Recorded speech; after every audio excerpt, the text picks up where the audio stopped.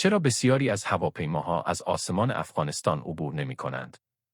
این فقط یک دلیل ندارد، بلکه ترکیبی از عوامل مختلف است.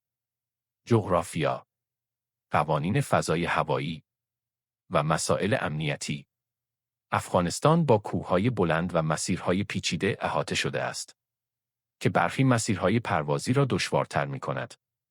در طول سالها، کنترل فضای هوایی و قوانین پرواز تغییر کرده‌اند و بسیاری از خطوط هوایی مسیرهای جایگزین را انتخاب می‌کنند.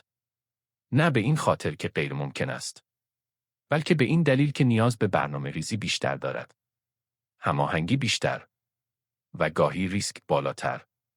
به همین دلیل، بسیاری از پروازها مسیرهای طولانی‌تری را انتخاب می‌کنند و از این منطقه عبور نمی‌کنند. اما با وجود همه اینها، هوانوردی در افغانستان هنوز ادامه دارد. خلبانانی که این آسمان را می‌شناسند و هر روز در آن پرواز می‌کنند. این فقط درباره مسیرهای پروازی نیست. این درباره سازگاری است. درباره مهارت است. و درباره مقاومت. برای داستان‌های بیشتر هوانوردی ما را دنبال کنید.